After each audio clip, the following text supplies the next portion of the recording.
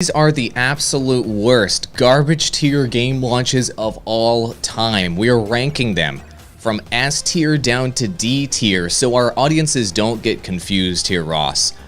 What is worse, S tier or D tier? And then we're going to get into ranking some of the worst stinkers of all time.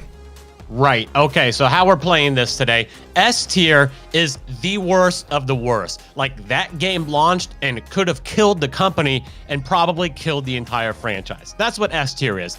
D tier is actually pretty good here. It's kind of the redemption tier for us, meaning the game was it was released, it was botched, but they came back, the studio did, fixed everything and turned it into a very playable, good game. And then you have your A, B, and C, which is kind of everything in between. Let's get started on this, boys. I know we've got Superman, we've got Artifact, and we've got Final Fantasy down there.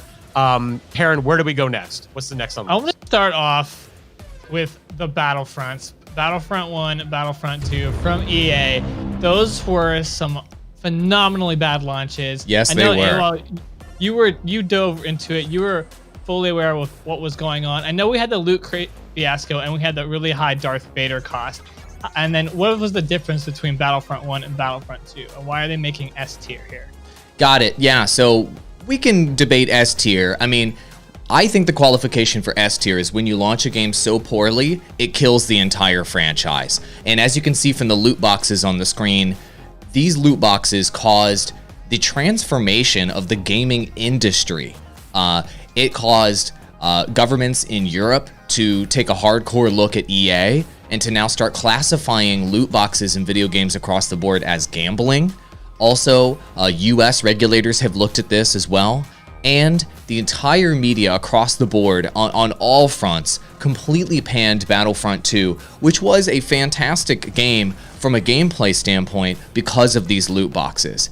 In addition to this, though, and this was one of the craziest things about it, they marketed this game as having way more content than the first Battlefront that came out prior to it.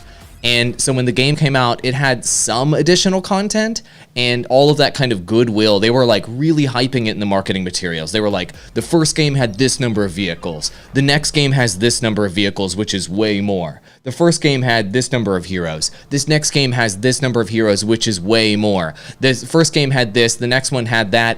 And then so everybody's expectations were through the roof for this title when it came out. And then when it dropped, they made players pay so much money in terms of credits for Luke Skywalker and Darth Vader that it was absolutely preposterous. Like, they promised you that you would have these really cool next-gen style heroes, and then look at these numbers. Read us these numbers, Perrin. It's absolutely crazy what they had to do to backpedal on this.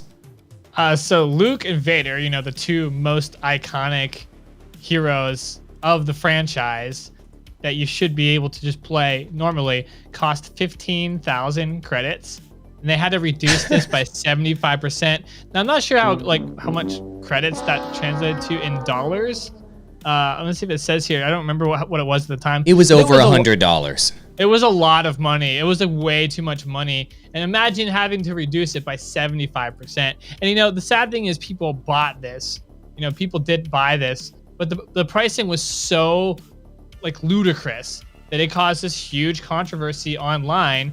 And I remember at the time, you know, EA doing this, it was like the greediest, you know, money grab they had ever tried. Like, they were really like pushing the boundaries or trying to push the boundaries of what gamers would have to accept as, you know, a microtransaction, a cost of a microtransaction. And they were trying to push it to be way more expensive and make it normal. And there was a huge outcry. And these two games, I mean, I guess they ultimately died because of this. I put up an article too. I mean, this caused, as you were saying, this caused issues around the globe where there's like legislation being passed about loot crates. And it caused many governments to have to like reevaluate how this stuff was being worked and dealt with. Like, EA forced consumers and entire governments outside of the United States to have to react and legislate against this type of move. It was that bad. Ultimately, the games ended up dying, and I don't think we're ever going to see Star Wars Battlefronts ever happen again after this. And for that reason, they're S tier.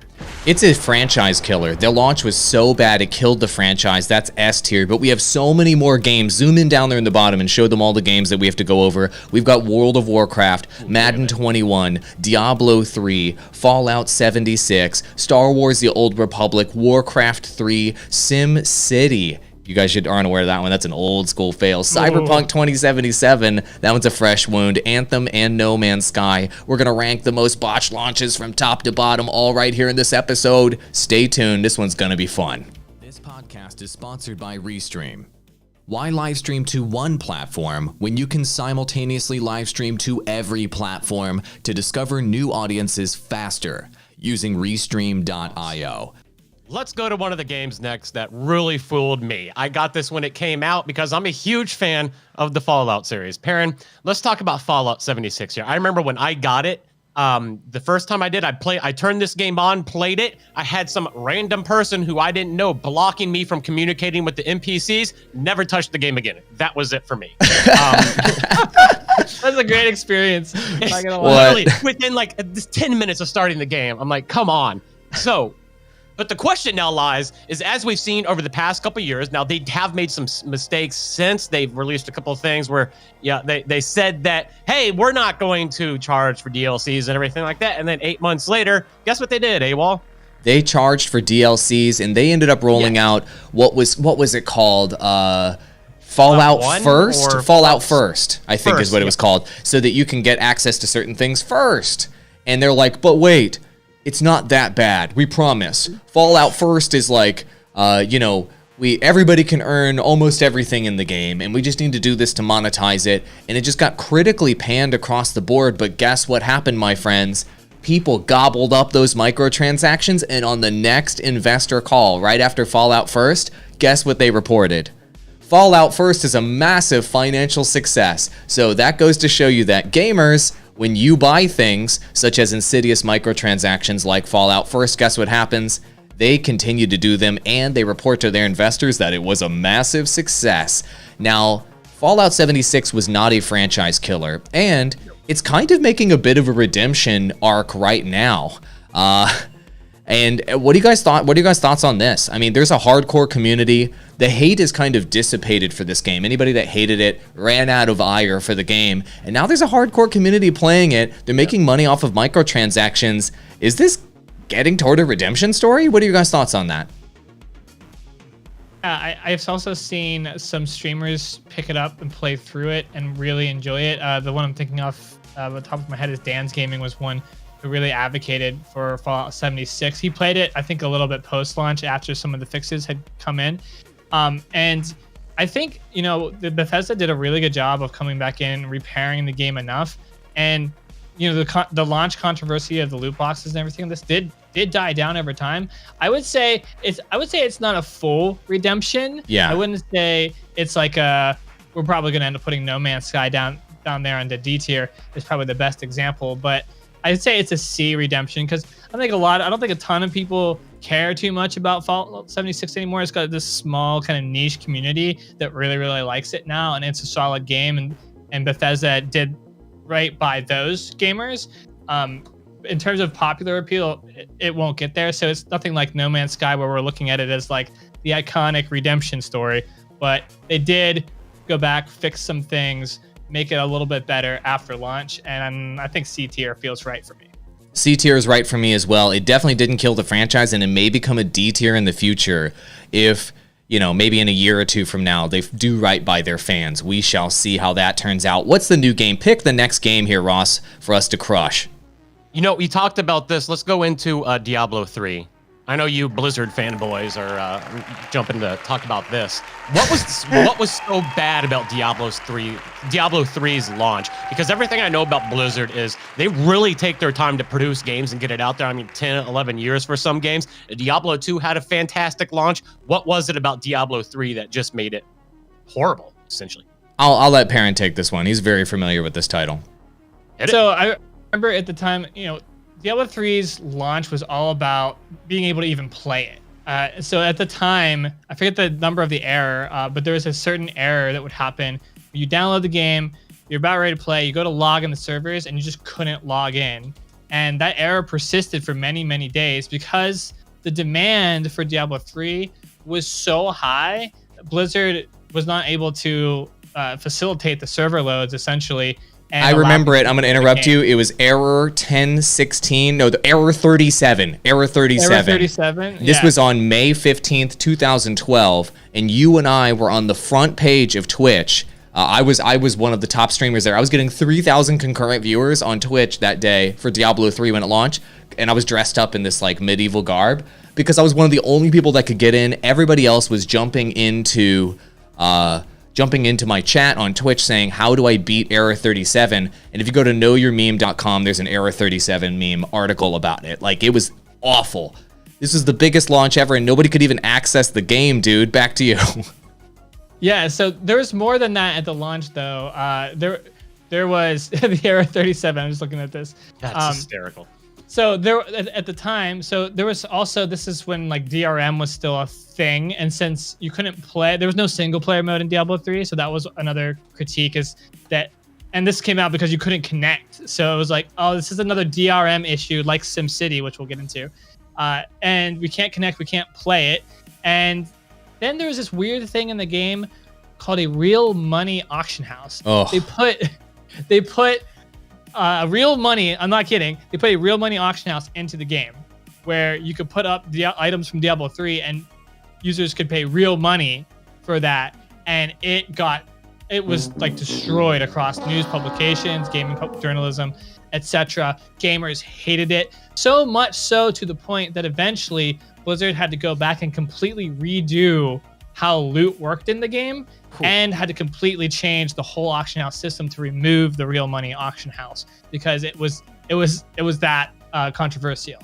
So they had a couple different huge issues, but I think then mostly the huge issue that people ran into was it just really wasn't anything like Diablo 2 at all, because the staff that was Blizzard North previously that did Diablo 2 was no longer there, and it was barely even a good nod to it. It was just had like really didn't have much of a inspiration from that game, really speaking. So I think a lot of the fans were disappointed for that reason, but it ended up overall being a decently well-played, popular game in its own right over time. And when they did go back and fix things, they really did improve a lot in the game.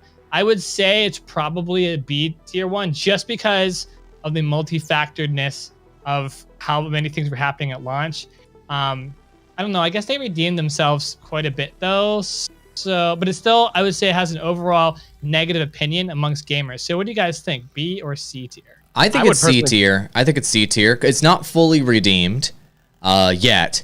And there's also a stink on the franchise, which we saw a bit of that with the reaction to Diablo Immortal's announcement and the way Diablo 4 has been rolled out as well.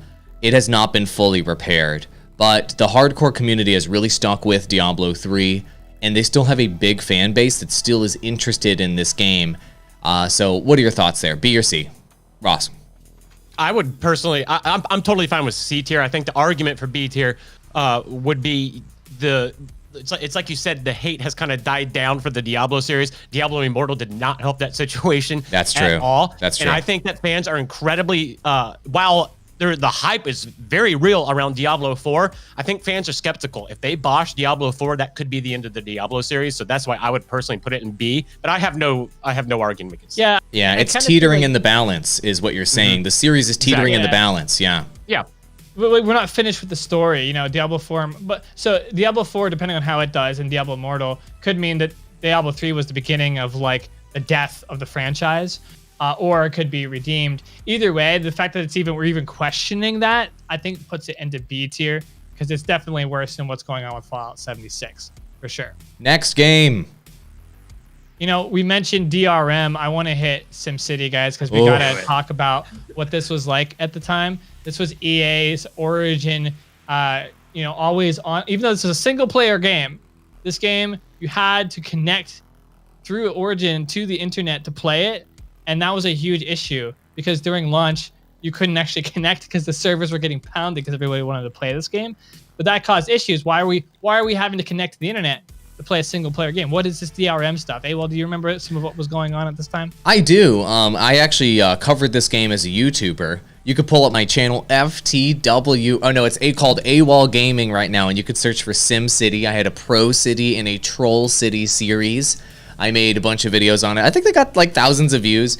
Anyway, I was really into SimCity, and the big issue with the game is it was the biggest launch of that particular year with SimCity. They required you to be online to play it, and then once you actually tried to log into SimCity, you couldn't log in. No one, and I repeat, no one could log into SimCity for day 1 or day 2, and most people couldn't log in for day 3 of the launch of this game.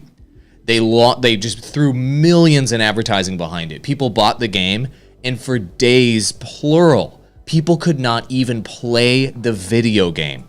That was so unbelievably botched. I've never seen from a technical standpoint, a more botched game than this. This was March 5th, 2013. Severe issues with EA Origin service, with the network being down.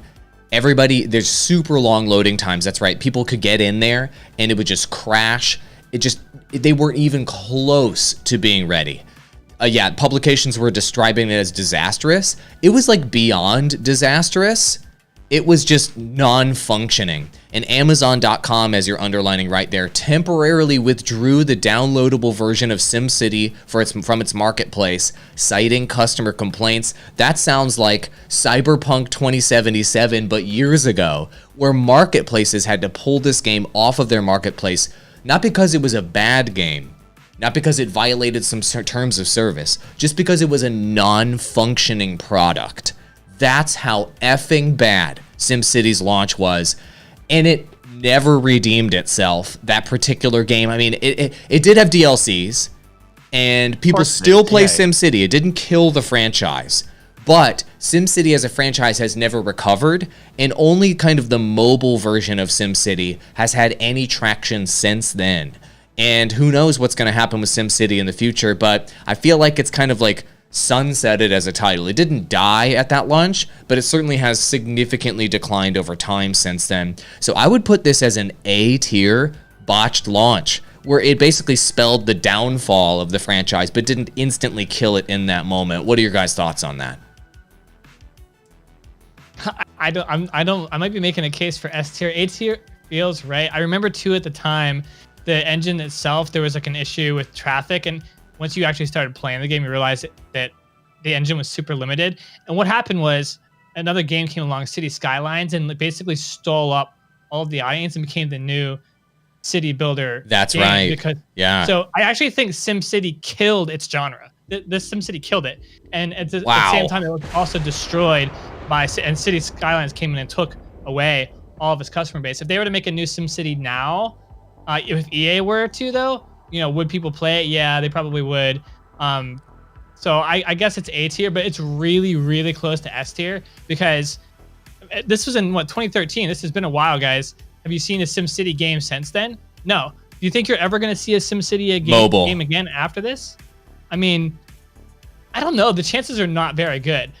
I'm tempted to think that it destroyed the franchise, but it didn't. It didn't. The SimCity mobile game is very successful from a financial standpoint right now.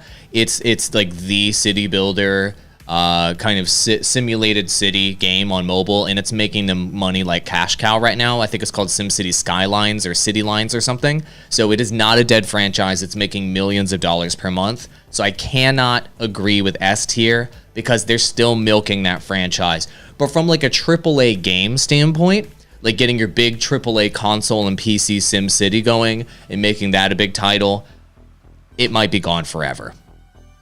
So let's move on to the next title here. I cannot allow you to make it S tier because the franchise is still if the franchise is still making millions of dollars per month, then I just can't let you S tier it. You know what I mean? We got to reserve that makes sense. Dead franchises for the top. Yeah. Oh boy. You know a little bit about this next one. I want to hit the latest Madden game. What happened with this one?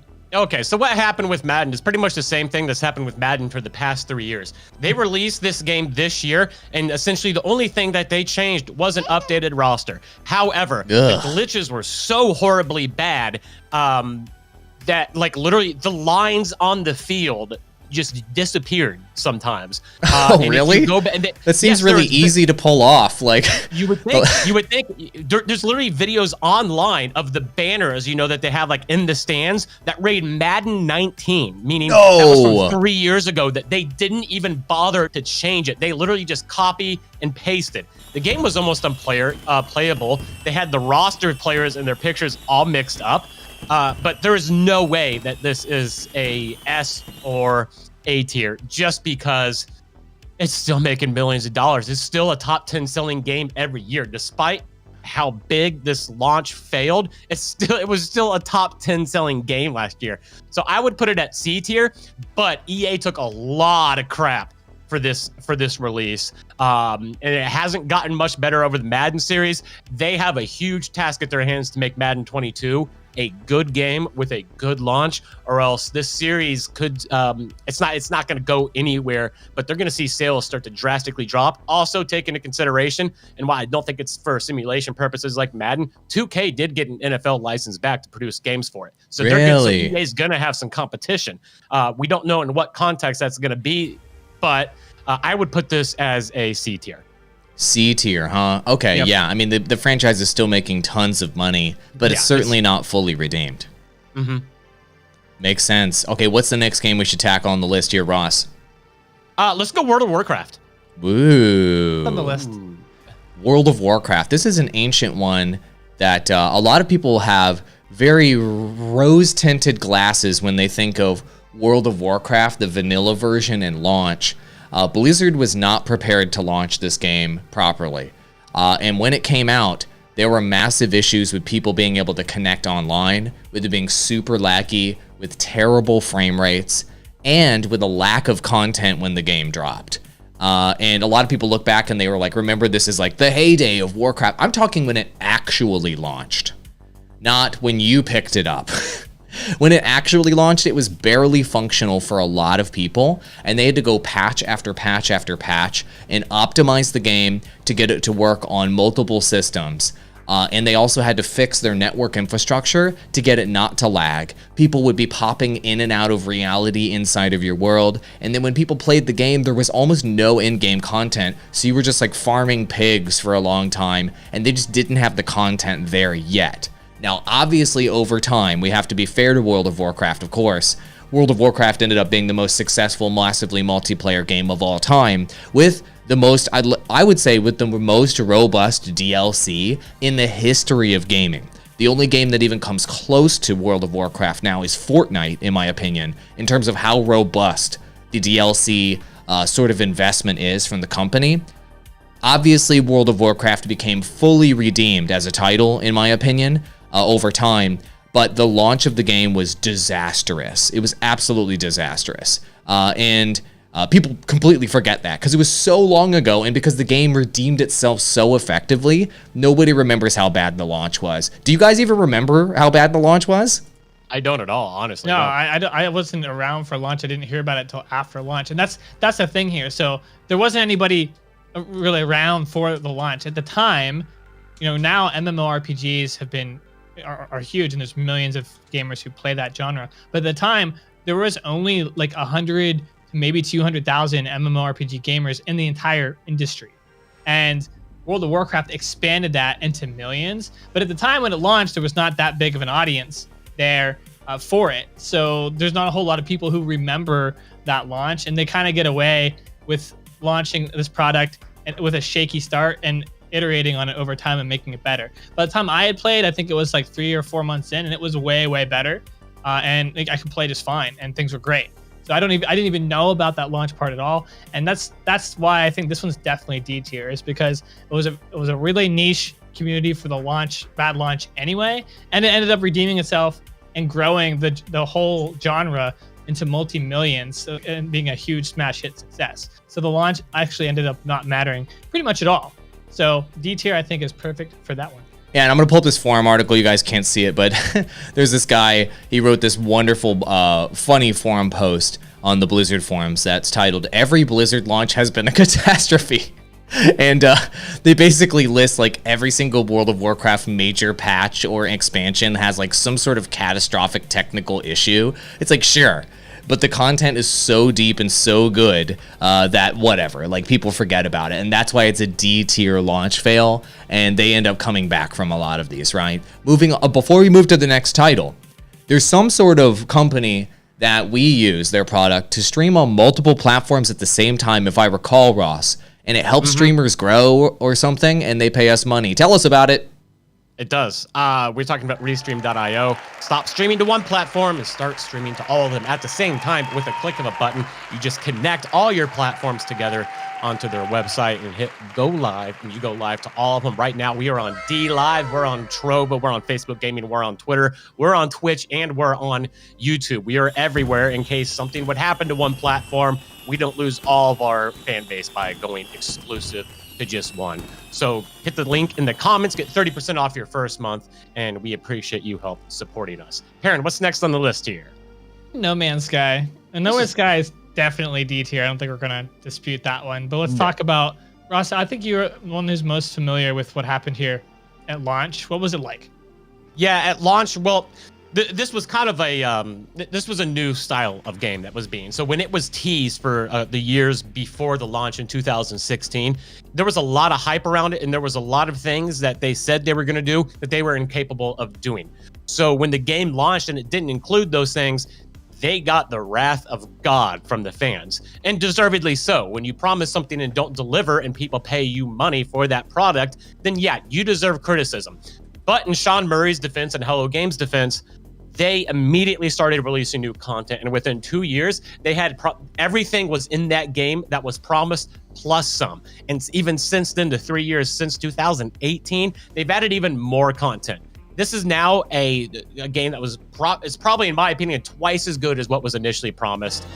They did a really good job of owning up to it, saying, hey, we messed up, we're going to make this right. And they made it right because they have great leadership under Sean Murray. And that's why, despite the flub launch, Hello Games is probably one of the most trusted developers out there today. Wow, Hello Games shill over here. Ross Dillon on the podcast. It's the only game I played of theirs, so... No, I mean, just to highlight the botchiness of the overpromise, it's a classic story of overpromise, underdeliver. I remember Sean Murray being on Colbert show, or Colbert's late night show. It's the most popular late night show in North America, if you guys are familiar with it. And he named a planet after Colbert. And the way that he was describing in all of the press, the procedurally generated universe and the multiplayer elements was a huge sticking point for people, right? Multiplayer. And then you couldn't end up playing with anybody else. He's like, it's a procedurally generated universe and you'll probably never see anyone else once it actually launches. So everybody dreamed of this procedurally generated infinite universe they could explore with their friends, but then the game launched and you couldn't explore any of it with any of your friends because it was nearly mathematically impossible. And here's the article here saying the absent at release significant features of multiplayer capabilities. That was a huge issue because of the size of the universe. But like you said, No Man's Skyzing, or pulling a No Man's Sky is now a term for redemption. And so clearly this is a D tier game on the list. It has been redeemed, and I hope that some of the other games on here that still have a chance to come back, maybe we should cover Cyberpunk 2077 now. Do you think Cyberpunk 2077 has a chance to pull a No Man's Sky? I have a strong opinion on this. Perrin, you've played a bit of Cyberpunk yourself. I've put in about 100 hours into this game. Do you think it has a chance to No Man's Sky? Really has a chance to No Man's Sky, and you know, I know we've done a previous episode on this one talking about how maybe CD Projekt Red should just cancel the whole thing, or they can try to pull a No Man's Sky.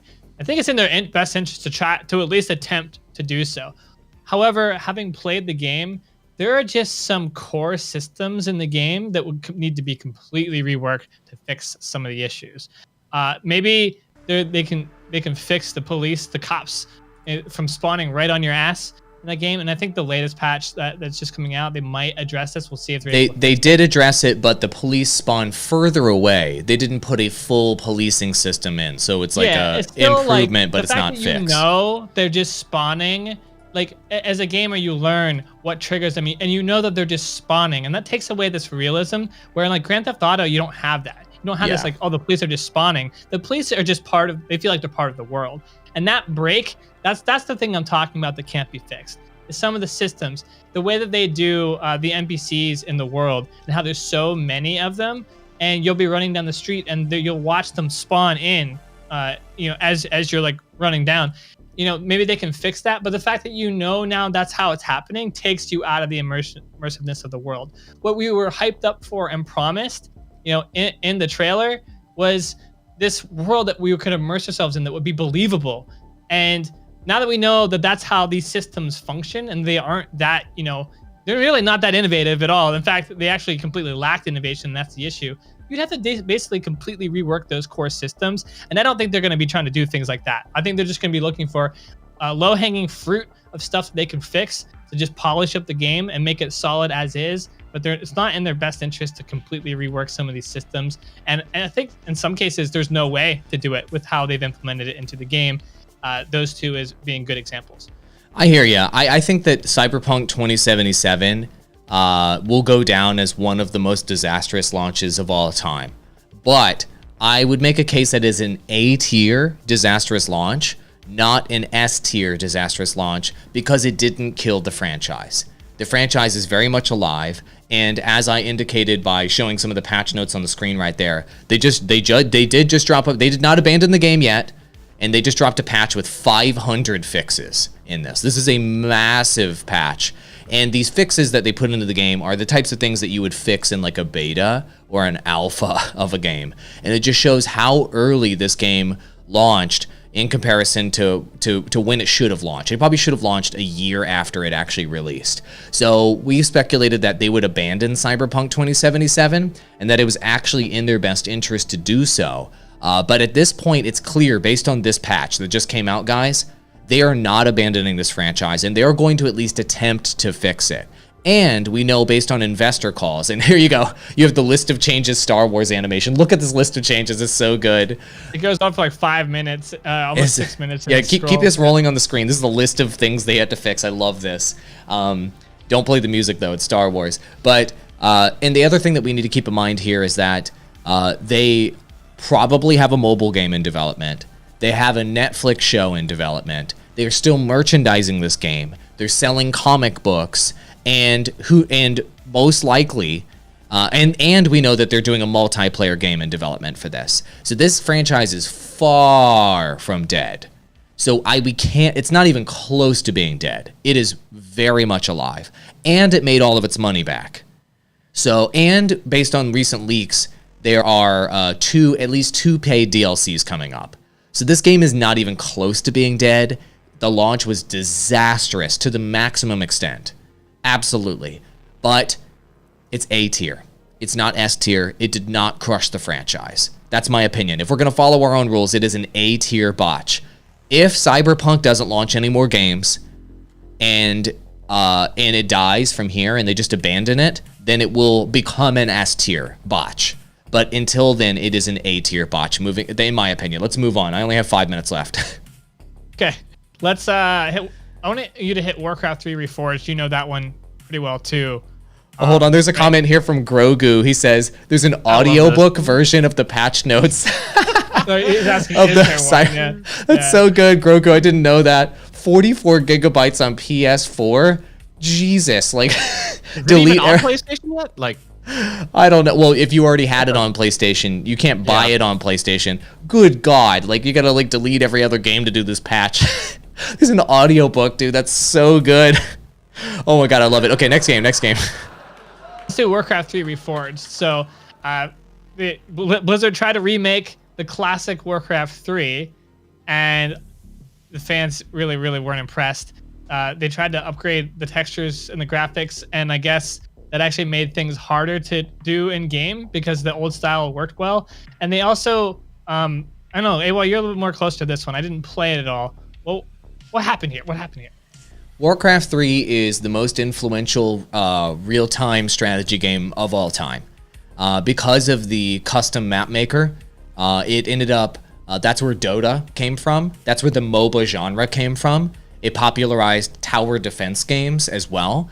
And in its own right, it was one of the best real-time strategy games ever created, arguably in the top 5. Up there with StarCraft 1, StarCraft 2, and you could put some Age of Empires and Command & Conquer on that list as well, right? So it was this wildly influential game.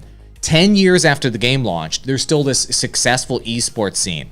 There's still tens of thousands of concurrent viewers watching this game on Twitch on a daily basis because of guys like Grubby and the rest of the community.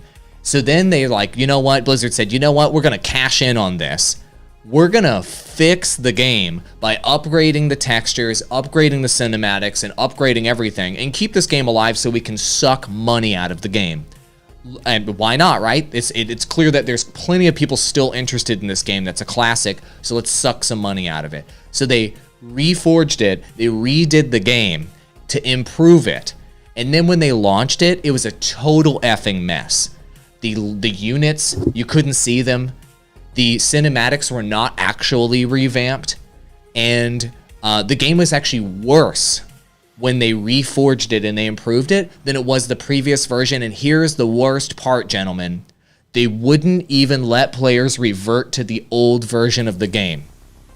So they charged you money for a crappier version of the game, then kept you from using the old version you already paid for, and then, here's the crazy part, then they rolled out. Then they didn't even fix it. They didn't even fix it, guys. And they had a CEO apology on the stage of BlizzCon, where the CEO comes out there and he goes, I'm sorry. Oh, I'm so sorry about this game. And then he still doesn't even fix the effing game. It's so preposterous. Blizzard, I don't trust Blizzard at all anymore, with the exception of the Overwatch franchise, because Jeff Kaplan is still in charge of that franchise and he is a man with integrity. All the other franchises, I don't trust them at all. And they just botched it. Any revamp of any Blizzard game, do not pre-order them, ever. Because they just botched this one so hard. That is, in my opinion... Diablo 2. Yeah, it is an A-tier botch. It didn't kill the franchise, because Warcraft is still a successful franchise, but they literally made the game worse, and then didn't fix it, and charged their community money for it. Like, what the F-itty F? That's so bad. It's so bad. Moving on. Okay, Star Wars: The Old Republic. I know you and I, AWOL, were both close to this one. This was a very, very hyped MMORPG. It was brought up as the WoW killer at the time. People thought, World of Warcraft was the biggest MMO. It expanded the genre, and now we're going to combine one of the best IPs in the planet, Star Wars, with MMORPGs and EA and BioWare, which BioWare had a great reputation at the time. And how can anything possibly go wrong? This is a combination from the gods. The game became so hyped, but when it launched, it had server issues because of the huge amount of demand, and the game ended up being pretty buggy and lackluster. I mean, the story was good. The stories in the game were good. They were good. Some zones, I think one was Ilum. The PvP zone. It ran at like 20 FPS, even on like the best system. I had 9 FPS in Ilum. It was this PvP zone, 9 frames per second when this game launched.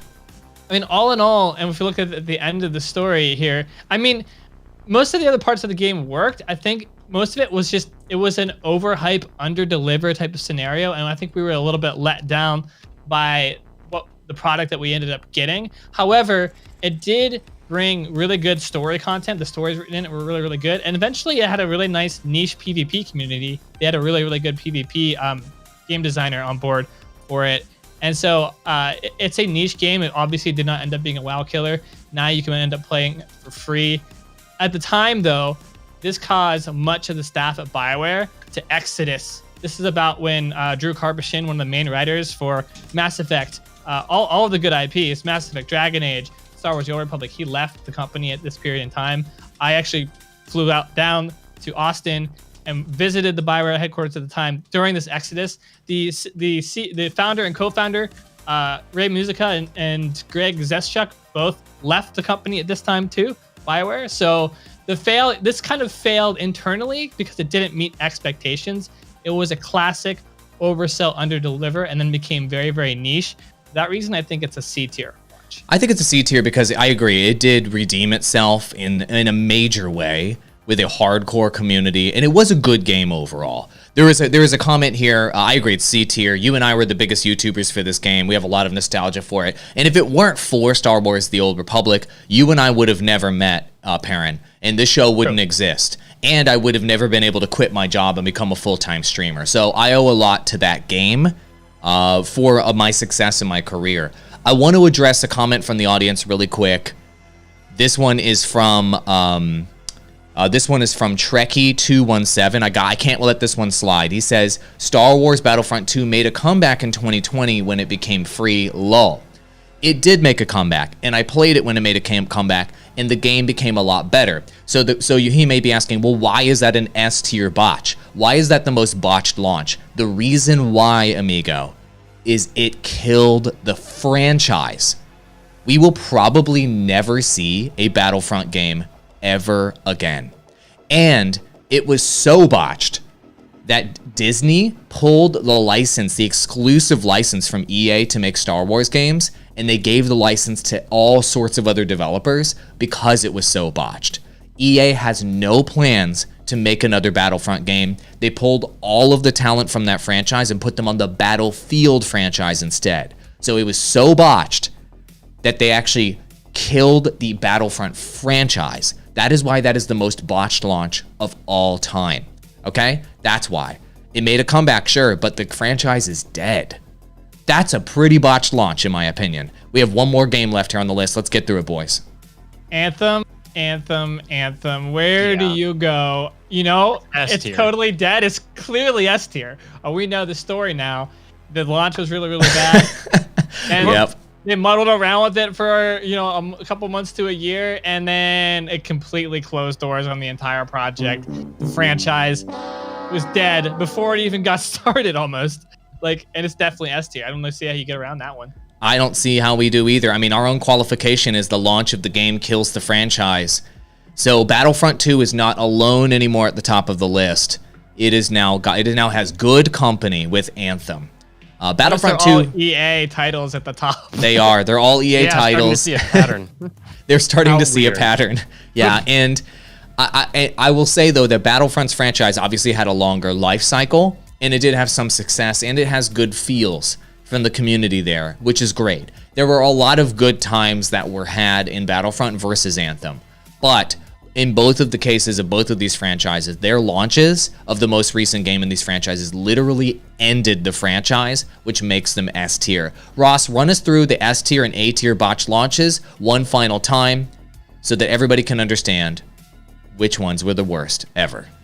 Okay, on the S tier, you have EA, and on the A tier, you have Superman 64, SimCity, Cyberpunk, and World of Warcraft. Yeah, Battlefront. No, Warcraft 3, Warcraft 3. You're right. That's I just love the fact that EA is the only one on the S tier for Botched. Good job, EA. What? We're all still going to spend money and buy their games. We are. And it's really interesting with all of these botched games up here. You want to know something really funny? Battlefront, I was a YouTuber for that game. Anthem, I was a YouTuber for that game. SimCity, I was a YouTuber for that game. Warcraft 3, my favorite game of all time. Cyberpunk 2077, the game I was the most hyped for of all time. I got sucked in by all of these S and A tier botches, with the exception of Superman 64. Never played that one. I got sucked in by all of these and ultimately burned super hard by all of them. The emotional scars are there, but you know what? That's a part of what makes this industry interesting. Thank you so much for watching. If you guys like these tier lists, we would love your ideas on what you would like us to rank in the future, and put those in the comments below. For real, we will read your tier list ideas because we want to do more